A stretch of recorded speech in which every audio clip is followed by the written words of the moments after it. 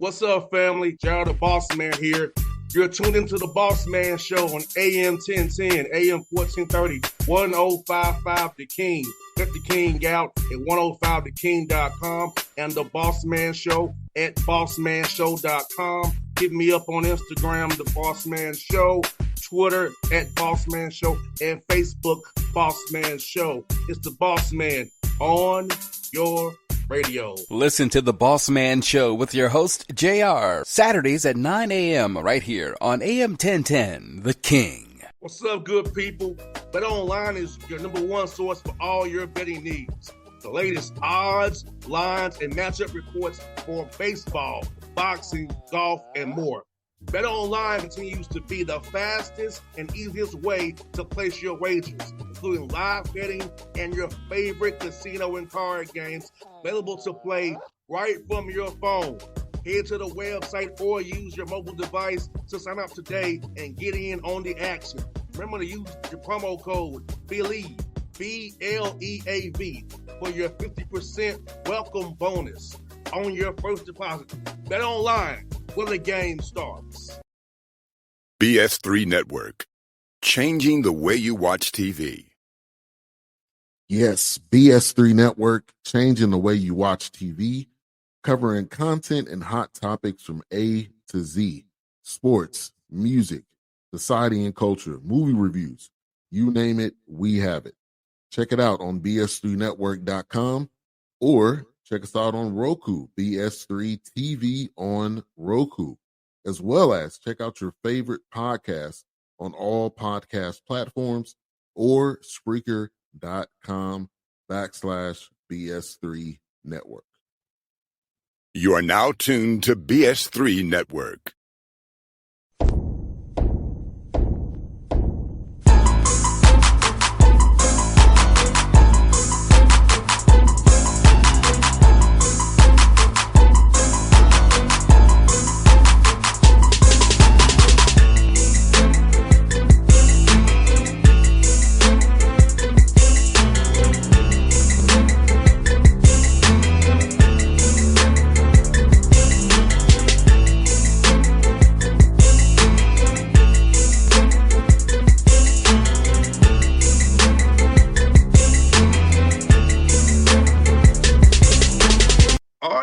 Back with a friend of the show, USF Dons, WCC, Chris Gerlufsen here with me, my good friend out there in San Francisco. Chris, good to talk to you again, my brother. How's life out there in the Bay Area, man?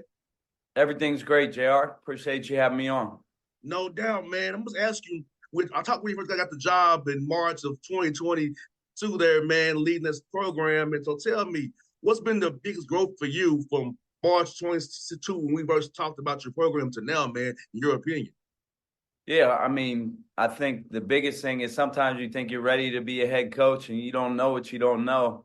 And luckily for me, I've been an assistant for over 20 years and paid my dues. So felt like I was well prepared to kind of move over a seat. But, you learn quick some of the things that, you thought you knew, but you don't, and some of that is just how much time that goes into probably spending your day on non-basketball related issues, but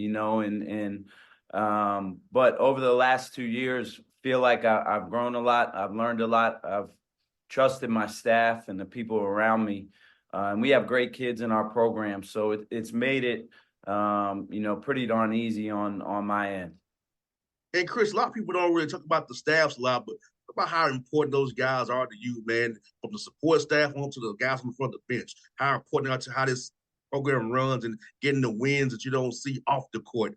It keeps things going the right way.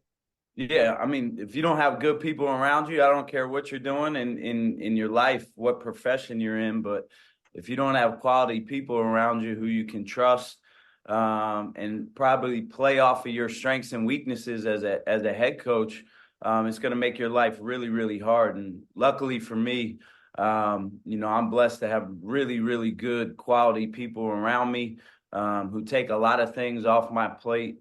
I like to say, try to have guys on my staff who I view as future head coaches, and we certainly have that here. from our young guys all the way up to, the older guys on our staff. No doubt, Chris, man.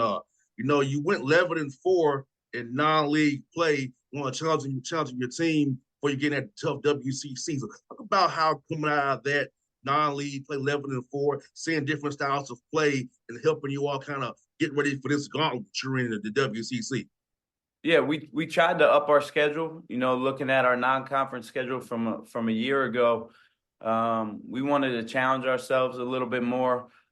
Play some games that when you look at the metrics and you talk about postseason play, we wanted to play some games that put us in conversation. And, I felt like we did that. We did not get the results we wanted in all those games. But the games even that we lost really didn't hurt us from a metric standpoint when you talk about postseason opportunity and things like that. So I think that well prepared us for WCC play. And as you know, there are no easy games in the WCC. I don't care what year it is. And this year, it's proven to be the same. And Chris, man, I know you had some tough losses for close games, but finally got that breakthrough in a close game at Pacific in overtime. So talk about being able to learn from those tough losses, those close games, for the execution, game plan, discipline, scouts, just with those blackouts, doing the right things, and be able to come through on the road to Pacific and get that win and break through off that tough games to come on the wrong get-ups here early in the year, man. Yeah, I think, our guys learn quick that everything gets ramped up once conference play starts from a scouting standpoint, from a preparation standpoint. There are no secrets. Everybody knows each other and what they do. And, we experienced that firsthand, in our first league play game at Pacific, lucky enough to get out of there with a win. But I think our guys are slowly starting to understand, just how hard it is to, number one, win on the road. I don't care where you are or what you're ranked in college basketball. Winning on the road is super hard. And I'm excited about our growth as a team. I think we're continuing to kind of evolve as the season goes on, and I like where we're headed. And Chris, you have a veteran roster too that's played ball before. So how does it help having guys who played ball before when trying to install things a little bit more complicated than they're used to, or new schemes or new things you want to do on the court, whether it be cover the defensive on the ball screens or whatever force action you want to run. So how was that being having a veteran squad where it's not so much having but teaching as well as trying to get them to see it and adjust it the right way? Yeah, with the way the transfer portal is and we've been able to stay old while also mixing in some young guys. We have two really good freshmen in our program. But it takes some time still, even though you have older guys, you have guys coming from all over the place. We had 7 newcomers this year. And that takes some time to gel. That takes some time for them to learn your terminology, your system on both sides of the ball. But my staff and myself, I think we picked the right guys, out of the portal, guys who have really meshed into our culture, and have been great additions and made it really easy on myself and our staff. So like I said, I like where we're going. We're not a finished product, but I like where we're headed. And Chris, talk about how important it is, man. Like, back in the day, you can have those summer workouts where you do that, those hours. So that's when you have a new team, like free agency almost. You get a new roster, free agency, you got to bring them in. Having that time in the summer and in the fall to prepare before live practice starts. Because if you'd had that, trying to go 2 weeks is tip it off, man, it would be crazy how it was, how it used to be. Yeah, no doubt. There used to be a very clear delineation between when a season started, when it stopped, when you could work with guys, when you couldn't. And now it's become almost a 24/7, 365 deal, which has been good in terms of being able to develop guys and always have your hands on them. But it's also limited probably the time that you get just to take a break and take a breather. But it's been a positive for us. I think it's good for our program. It's good for our kids. But it's definitely the way of college basketball has definitely changed, over the course of the last 25 years. And Chris, man, you got some balance scoring going on with Jonathan and Marcus leading the way. Talk about that energy of the ball movement and not having this one guy get all the shots, having guys get multiple shots going from good to great. getting everybody involved, which makes them want to defend other than the floor to getting the ball, some touches on the opposite floor. Yeah, we value kind of spraying the ball around and playing a lot of 5-out, similar to what you're seeing at the NBA level. I think our guys enjoy playing that way. It's a fun system to play in. We play up tempo, and when you have big guys who can dribble, pass, and shoot like we do, I think it makes the game a lot more enjoyable. It opens things up for our perimeter guys. So we're going to continue to stay with that. It's something that I really believe in, and I'm really proud of kind of the progress of our group. No doubt, man, and making 35% of your threes too, man. So you causing that conflict, making guys have to pick their poison, as I like to say, which is a good thing. Making that conflict. About how important making those 3-pointers are, your 5-out system, and making defense have to be in conflict on what to stop and how they're gonna close out to you. Yeah, having multiple guys on the floor, we want to have 4 or 5 guys on the floor at all times who can dribble, pass, and shoot, and stretch the defense. And then that opens yourself up to, having basket cuts and action away from the ball and become hard to guard. And we're a read and react system. And again, I think our guys enjoy playing this way. It gives them some freedom to be basketball players. We never want to put our guys' games in a box and just continue to kind of push the envelope in terms of their development and being a complete offensive player. And Chris, also what's good about it, you limit your turnovers too, because you and I both know the worst ones are live ball turnovers. So while you playing fast, limiting live ball turnovers and being careful with the ball, take care of that ball, which is important, so you don't get caught transition trying to get run outs on you and trying to. You always have to defend on crossbacks. How important it is to get that ball, man, limited what you all do while you're playing fast. Yeah, it's something we talk about every day. I'll be honest, we struggle with that portion to start the year. I think that was maybe a culmination of us having a lot of new pieces and trying to work everything together. But we've gotten better with that as the year gone on, and that's something that we need to continue to do, as we come down the home stretch here. No doubt, man. Also, you're doing a good job with rebounds too, Chris, as well, man, because you and I both know you defend for 25, 30 seconds and you don't get the rebound, you got to do it all over again. So your defense is not in until you rebound the ball. So let's put it to your guys to defensively rebound and have the 3, 4s, and 5s crash the glass and get when the other two get back, try to get those offensively rebounds as well. Yeah, from an offensive standpoint, we want to generate second and third scoring opportunities, and our front court has done a heck of a job for us doing that up to this point. And then defensively, it's so important to limit people to one shot, and we want to limit people to getting 25% of their shots back. We've been able to do that. And you've seen a really good kind of delta in between our offensive and our defensive rebounding. So, that's super important, something that we talk about on a daily basis. And Chris, my ask is, man, how cool is it to use the film and analytics with your players so they can understand with the scout where guys' hot zones or their cold zones know how to play to the weaknesses of the opponent you're playing? Because I feel like analytics is so fun to now know where guys are. You really scheme towards that, knowing where a guy's shots, hot or cold, are to give us the best chance to win games in this tough conference.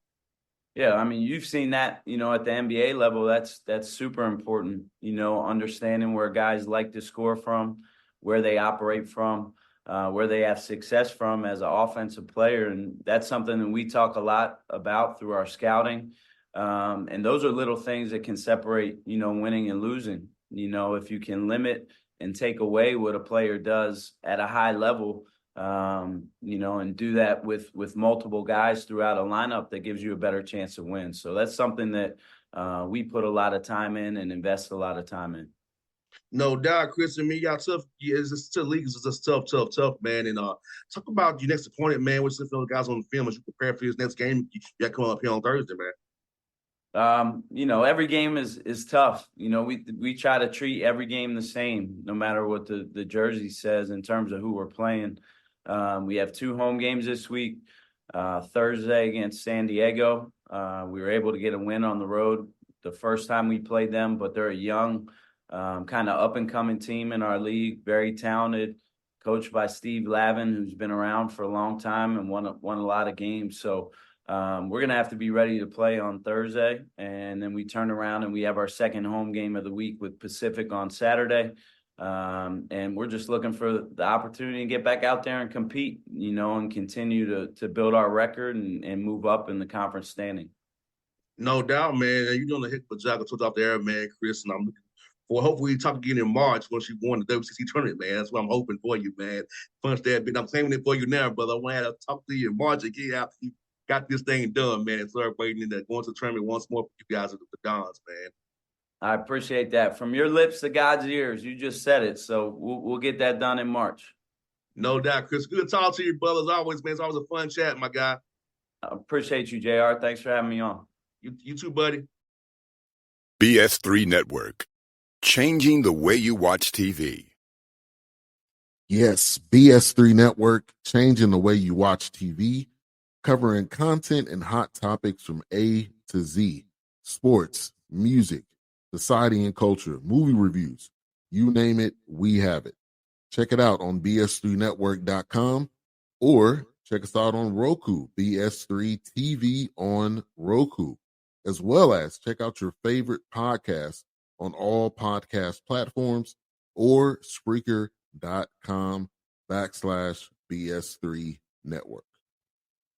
You are now tuned to BS3 Network. What's up, good people? BetOnline is your number one source for all your betting needs. The latest odds, lines, and matchup reports for baseball, boxing, golf, and more. BetOnline continues to be the fastest and easiest way to place your wagers, including live betting and your favorite casino and card games available to play right from your phone. Head to the website or use your mobile device to sign up today and get in on the action. Remember to use your promo code BELIEVE, BLEAV, for your 50% welcome bonus on your first deposit. BetOnline, where the game starts. What's up, family? Gerald the Bossman here. You're tuned into the Bossman Show on AM 1010, AM 1430, 1055 The King. Let the King out at 105theking.com and the Bossman Show at bossmanshow.com. Hit me up on Instagram, The Bossman Show, Twitter at Bossman Show, and Facebook, Bossman Show. It's the Bossman on your radio. Listen to the Bossman Show with your host, JR, Saturdays at 9 a.m. right here on AM 1010, The King.